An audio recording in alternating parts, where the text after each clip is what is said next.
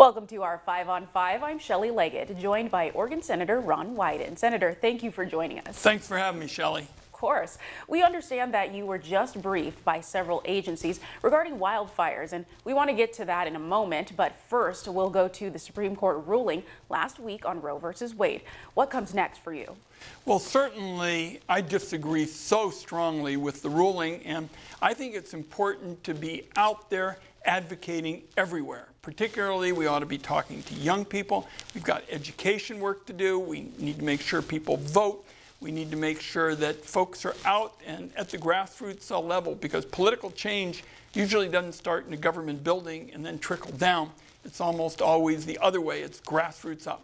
Voting is important, but there's an awful lot of additional work to do.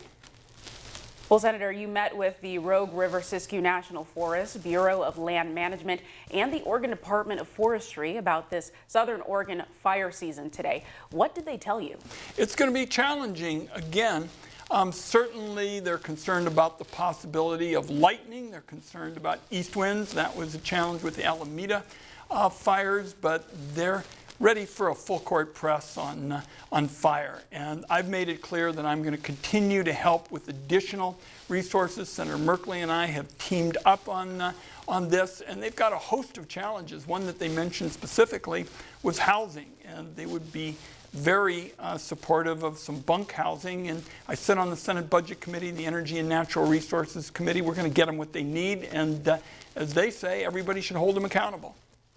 Well, you applauded the Biden administration's announcement to increase federal wildland firefighter pay.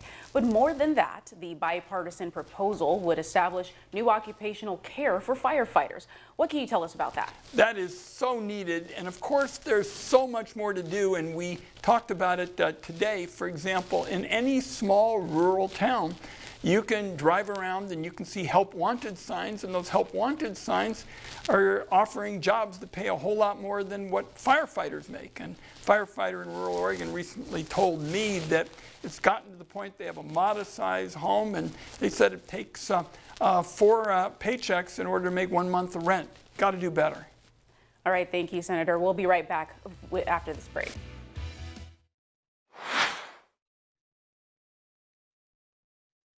Welcome back to our 5 on 5 with Oregon Senator Ron Wyden.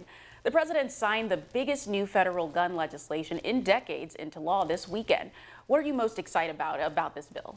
Well, certainly this is common sense gun safety. It's a beginning, and I'm particularly pleased about the mental health provisions that I was a prime author of, because Medicaid is a principal player in terms of trying to promote better mental health services for kids. We're going to have expanded telehealth. We're going to have expanded programs in the schools. I can tell you in rural Oregon, it was a serious problem before the pandemic. It's much more serious now. Well, the January 6th committee has held several hearings now. What's been your biggest takeaway?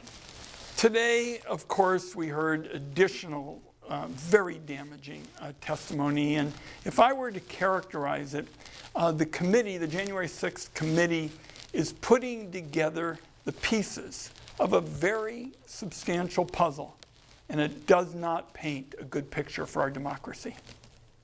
Oregon is playing host to a controversial golf tournament this week from Saudi-backed Live Golf.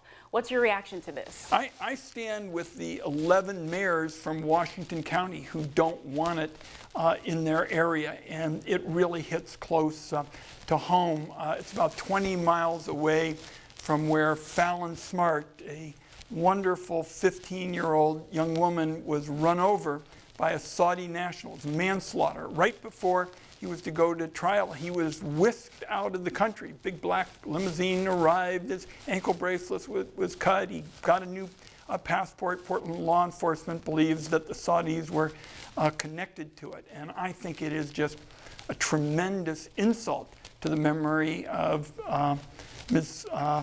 Smart to have this tournament so close to where she died.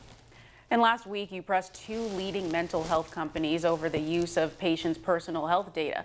What do people need to know about these apps? What they need to know is that, given how sweeping the Alito decision is, that women could have their personal data weaponized. And I think that's really an ominous prospect. If they type in, for example, pregnancy testing, something like that, it could be used against them. And certainly a lot of these contracts women sign with respect to the use of their data doesn't have much in the way of privacy.